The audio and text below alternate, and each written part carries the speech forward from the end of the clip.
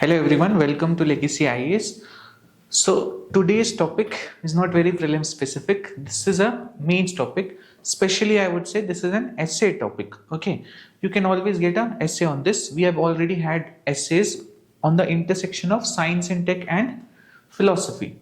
Okay, so here also, for example, you might have heard of this essay in 2024. A doubter is a real man of science. Okay, then history is a series of victories of scientific man over romantic man. So all these topics have come from science and tech in essay papers. So this is also one such article that can directly make a essay topic. So it's important we will understand this in 10 simple points. Now, first of all, what is this article about?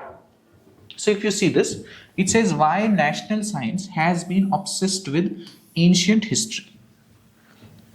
Okay, so it is talking about national science being obsessed with ancient history. Now see, the main crux of it.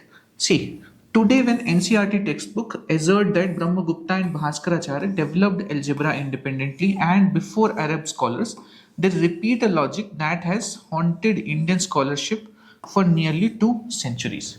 So basically, the modern NCERTs that we have, they make a claim that the Indian, the old or ancient Indian scientists, mathematicians, astronomers, they were able to develop many things independently, or they were able to make scientific discoveries before everyone else and in an independent way. So this has been now written in NCERT textbooks, and this article is actually trying to debunk this. Okay, and you will understand that it is not debunking in the sense that those people actually did it first and we are just saying wrong things. It is debunking it in a much more analytical way, that this is not the way we should look at science. So let's understand it. Now, see the main points of it. First point. So basically the article starts by this example from PC Ray. Okay, so it starts with PC Ray's dual role. So basically, if you have read modern history, you must have heard of this name, Prafulla Chaki. Okay, so PC Ray, he first tried to balance 2 missions. Okay, one, he was of course a chemist, a scientist in a way, and also a nationalist in the other way. So he was trying to balance these 2 missions, that is building modern Indian chemistry, correct, while digging up ancient texts to prove India's scientific spirit. So he took on the dual role of one, of course, his scientific work, and the other to show that India have had very high, very glorious history of scientific work. Now see here. So first thing, what Britishers started doing, so Britishers used science as a weapon. So the British justified rule by claiming Indians were superstitious and needed Western science to be civilized. So this was the first claim by British, that whatever science or whatever Indians tend to believe in, that is mostly merely superstitions, and what we are bringing to India is modern sciences. Correct? So this was the British claim. Now, because British always came up with that white man burden, white man superiority. So they came up with this. That is using science as a weapon. Now we will see how the Indian nationalists responded to it and how nationalists around the globe responded to such use of science as a weapon. Now, let's see this. So the paradox. What is the paradox? To be modern, Indians had to accept science, but since science was labeled Western, accepting it felt like admitting inferiority. So one thing was Indian wanted to be modern, correct? Now, wanted to adopt science or become more scientific in nature. But Britishers had equated this in such a way that all the science that you know of, or everything that is scientific, is somehow related to Western ideas. So somehow India had to deal with this duality, that on one side you want to accept science because you want to progress, and on the other side you have to show, you have to sort of show that this is not coming from the Western world. So this was the challenge that they were facing. Now see, so what happened because of this? First thing, we started arguing, or our nationalists started arguing, that we have had many inventions even before the Britishers or even before anybody else. So first thing was, this was a so we came to a binary, fatal binary, that is do two things, 1 or 0. So basically, by arguing, we did it first. So we started arguing that even before British, we had these technologies. Even before British came, or before any other segment of people in some foreign country did it, we did it ourselves. So we came up with atomic theory before everyone else. We came up with this algebra theory before everyone came up with it. So we started claiming that we are the first. Okay, so this trend of claiming that we are first started. Now, because of this, nationalists accidentally agreed that modern science is actually Western. And whatever we were claiming that we did it first, this, that. So the equation became that ancient science was non-Western. Now, this seems fine if you just read this sentence, that modern science, now they are equating to Western, and ancient science they are equating to non-Western.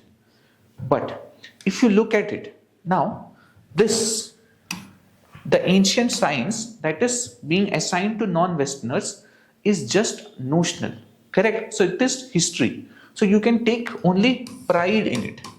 You can get some pride out of it, that's it. But all the modern sciences that is important, that people are seeing get practical work in their day-to-day lives. They are using trains, they are using roads, they are using railways, they are using different kinds of cycles, all these machines, everything. So now that somehow became associated with Western ideas. And this is what Britishers or colonial powers wanted. Okay, now, if you see, so this gave rise to a time trap. Time trap as in, so Indians started looking backward, that is towards their ancient glory, for finding value, accepting the view that the West owns the future. So India started looking backwards, that we had developed this, we are looking at this. Now a exemplar person of science like P.C. Ray was reading ancient text to prove that this was discovered in India before, instead of focusing entirely on scientific endeavors. So this started happening, that we started digging up our past to get some glory, while leaving the present where we can develop a lot of things on our own and own the present. Past does not matter, correct? Then, seeking approval. So what happened? Now, see this example. So scholars like Rajendra Lal Mitra tried to validate Indian art by proving it met Western or European standards, such as comparing temples to Greek art. Now what happened? All this Western powers came, they started saying that these ancient structures that you have, okay, this is actually Greco-Bactrian influence on Indian architecture. That's why you got such structures. Otherwise, Indians are not capable of it. Now, the ideal response should have been focusing on the present, but the response actually became what? It became that he started proving that if you see the temple architecture, correct, this is just like how you have in your Greco-Roman architecture. So it is very similar to that. It is very similar to this. So everything they started equating it to those Greek arts. So basically everything that India has developed in ancient temples that was unique to us, we started judging it based on parameters that are foreign, based on parameters that are Greek, that are European. So this became an issue. Then same thing happened in science and other fields also. Now you can see this was a global phenomenon. This was a global phenomenon.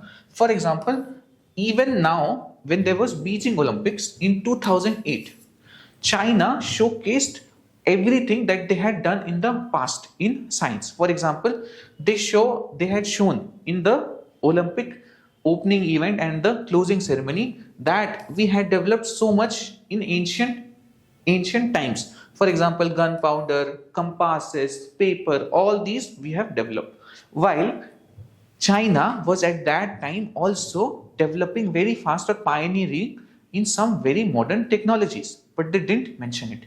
They didn't mention their work on different kinds of semiconductors, chips, robotics, all that they had developed. And that is more important today, correct? Because you want the practical use or takers of your modern technology, not your ancient glory. But even they did this. Okay, then. So textbook errors. Now, what our textbooks are now doing is trying to trace false straight lines from ancient India to modern mathematics. So basically what we are saying, oh, this you have developed, this all that, okay.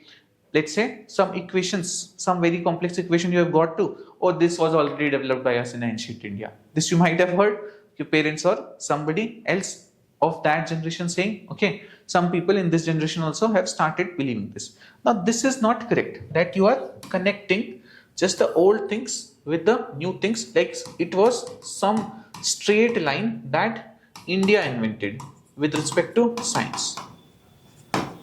That we had this in ancient India and then we developed this and then we developed this. Independently, Bhaskaracharya developed the quadratic equations and the formula to solve it, all that. And eventually, this is modern math. So India is a great country that has developed all of this.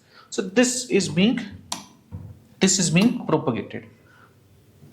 Now, what is the reality? The reality is science is always based on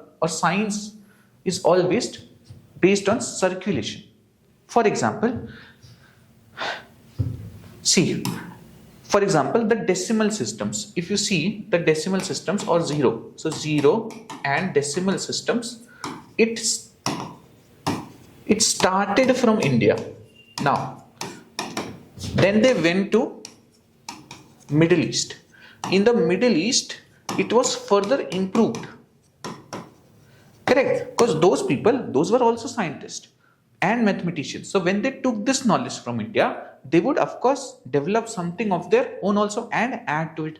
Now, when this got added, then it went to Europe and it found its commercial application. That is, you started selling products in decimal form. For example, 1.5, 2.5 dollars, like this. So basically, this then came to Europe and found its commercial value.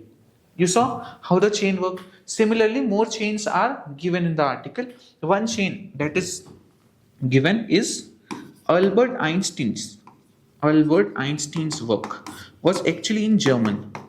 Now, this German work, so Indian scientist, that is Satyendranath Bose and others, they understood German. They first learned German, then translated the text of Einstein in English. So this translation was done in India. These works were being done in Germany, and then from India, once this became English, it traveled to USA and Europe back. Now, what do you call this? Who invented this? Who propagated it? Now, when they were adding, now this was translation by Satyendranath Bose and maybe some minor additions. Now, one more thing was done, that what Satyendranath Bose developed, we learned about Bose-Einstein condensate, correct? So that actually traveled to Einstein, and through Einstein again traveled to USA and Europe. Can you see? This is just the opposite pattern of this. So both have been seen in the world of science. Okay, so understanding it in terms of national identity, we came first, we did first, is not the correct way to understand how scientific developments takes place. Then, this is the last point. What is the cost? So obsessing over who was the first hides the truth that science is a global dialogue. Okay, that all these countries, all these scientists, mathematicians, this is some science has been developed by all of them successively over the course of time. They do it, they collaborate in a way. Now there are direct collaborations. Before there were not direct collaborations, but of course the knowledge traveled, and then they added something more to it, and it went on, eventually becoming something that was of practical or commercial use. Understood? So that is how science has developed. Okay, so that is why last line is very important. This you can always quote. Science is a global dialogue, not a national trophy. So this we developed, we came up with this first. This science is right. We were the first one. We were scientific even before the Europe know about it. All this are not needed. What is needed for us and for the children that are reading our textbooks is to understand that science is a global dialogue. It is not a national trophy to get hold of and be proud of in the past glory. That's it for this article. Thank you.